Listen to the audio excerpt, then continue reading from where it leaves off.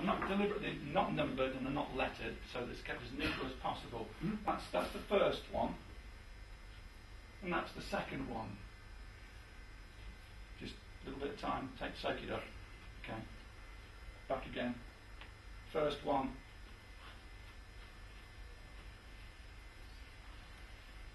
Second one.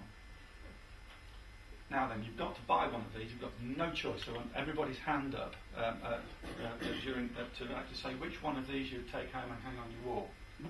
Who would go for that one?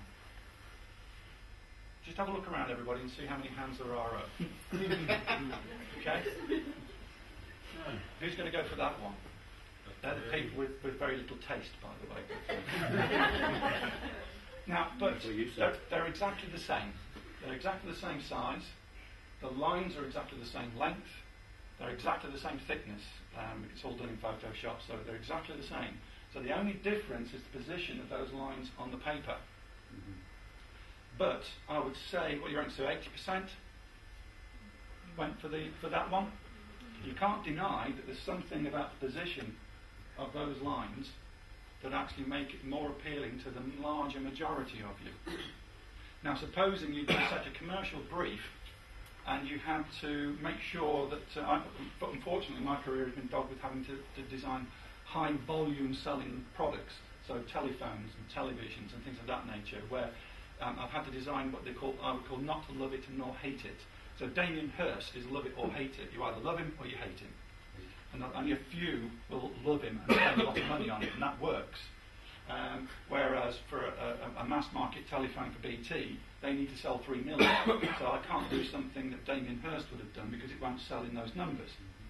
So what I'm trying to come at now is that, there is something important in the subjective side of the visual appearance of a product. Yeah, you've just proven it.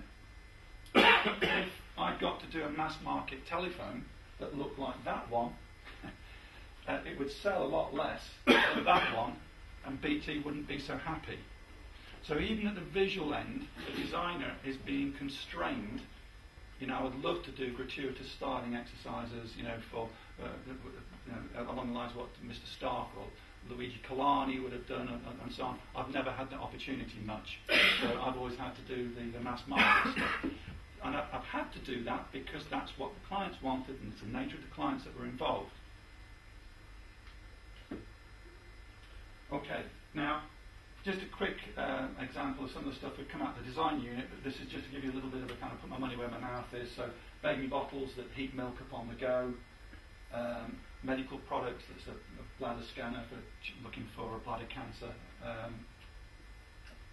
right the way through to decommissioning equipment for the nuclear fuels industry. That's something for taking steel pipework out of buildings that have been commissioned of Calder Bridge, for instance. Quite a mechanical assembly. Right the way through to running shoes. If you go and buy a pair of Berghaus phobic running shoes, and I suggest you all go and do that immediately when we finish, from Blacks Camping over the road there, it's been designed by De Montfort University for Blacks.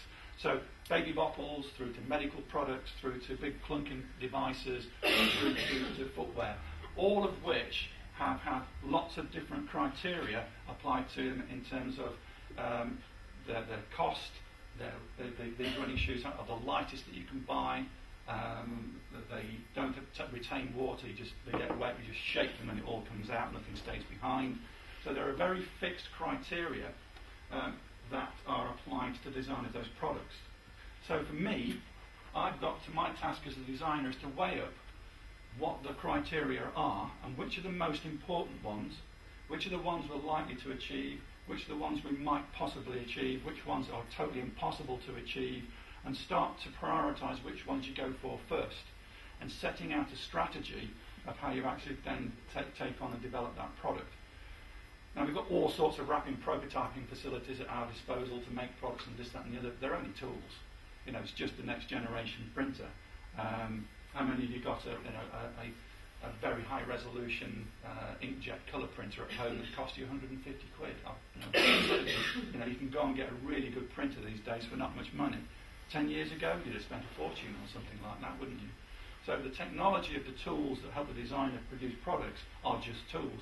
It's what's going on in here in terms of assimilating the criteria that are being imposed upon you, working out which one you tackle first, which one you renegotiate, etc., etc. That's where the skill of a experienced designer pays off and has the significant impact of success or failure on the end product. So again, design to me is the art, and it is a skill because there are elements of subjectivity, there are elements of objectivity in all of these decision-making processes. Largely it's to do with dealing with people. Just to emphasise a little bit more, talking about the criteria, well, okay, it could be the market. Coming back to Mr. Stark again, nice to give him a bit of a good kicking, even though I think he's quite good. Okay, lemon squeezer on the left. Anybody got one of those? No? It was actually a commission from a lessee, so, you know, Mr. Stark, will you please design us an expensive, exclusive lemon squeezer? And that's what he came up with. And we just, did you like the look of it? Anybody? Yeah, it's not bad, is it? It's quite attractive. It costs you about 45 quid. Do you still want to put your hands up? Yeah? How many of you got something like the Pyrex one on the right at home? Quite a few. More than the other one. What, about £1.50? Okay, tell you something about the one on the left. If you press sufficiently hard to get all the last bits of juice out of the lemon or the orange, and you've got a wooden worktop, you'll have 3 nice little dents on your worktop eventually. And have you noticed that if pips run down the side and drop into your cup, you'll end up straining the pips through your teeth when you drink your orange juice. It won't strain the pips out. Whereas the one on the left doesn't make marks, strains the pips out, functionally better. Do you think a lessee would have been happy if Mr. Stark had designed that one for them? No.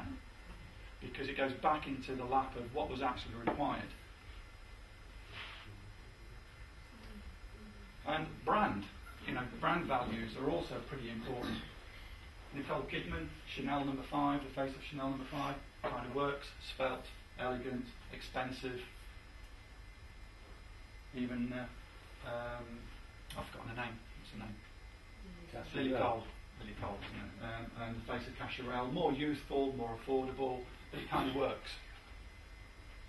When you put the Lily Cole image with the Chanel image, it doesn't quite work the same. Now, you could have actually dressed Lily Cole up differently and made it work, but the whole sort of ambience of the way she was actually looks more a youthful sort of free spirit kind of approach, which worked with the Cacharel brand. It doesn't really work with Chanel brand. So, you know, you've got to get that right as well. Technology, very important. Okay, I just criticised technology for you know, not being the end all, but in terms of the technology that generates the products rather than actually the techniques for producing the products, you do have to keep very much abreast of.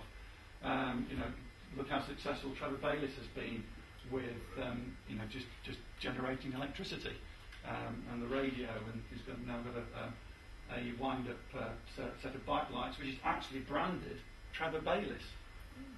You know, so Trevor Bayliss is now an important brand based on the back of some fairly straightforward technology. You can get it wrong as well. Anybody remember the Sinclair C5? You ran over one. No. Remember the Zyke as well? Yep. He did the Zyke. Now he's hovering on something useful given the requirements of what we need today. You know, I toyed a little while ago with an electric scooter and ended up liking bikes and now own a 1300 Honda. Not different. But what is at fault here is the fact that it was flipping dangerous. You know,